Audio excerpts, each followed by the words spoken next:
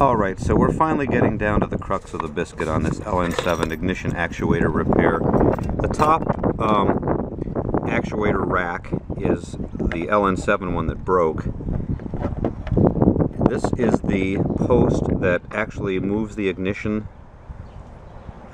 position switch. This rack, when it was part of the full piece there, is what gets turned by the pinion that's on the key. This is the replacement. It's not identical. It's longer at this end, but there's room beyond the post, but there's room to accommodate that within the housing. The rack is in the same place and the same length, so that's good.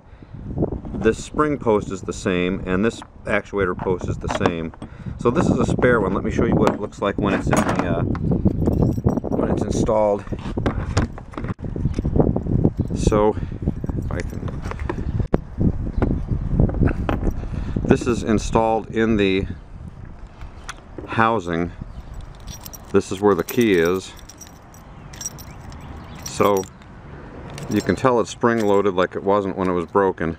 So the rack is, when I turn the rack, it is turning the, or when I turn the pinion, it is turning the rack.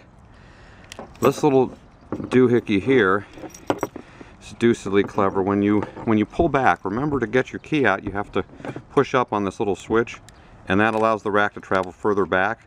Once it's in that back position, this tab, this post goes into a tab on the steering shaft and prohibits the steering wheel from turning. So that's your steering wheel lock. And when you turn it forward, this piece pops back down. It's spring loaded down here. So this is an 86 and up Ford Escort ignition actuator rack, and I'm putting it in an 83 Mercury LN7. We're going to see if it works. Okay, so now we're inside the car, obviously. This is the wiring harness that mates to the ignition switch here. So I'm not going to plug it all the way in because I'm just testing it.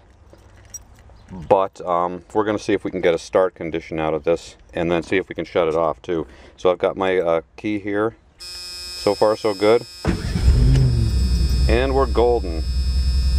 86 ignition actuator rack into an 83 LN7. Oh yes, I gotta press my little lever to get the key out. And we're good. Okay, so now by the time I got the steering wheel back on and everything bolted back up, it's nighttime of course. And just gonna make one last test. So if the steering wheel's free in this position, if I rotate the key backwards to lock, I do get my steering wheel lock function. Then to start it, that's because I don't have my seatbelt on. And then to turn it off, take out the key, voila.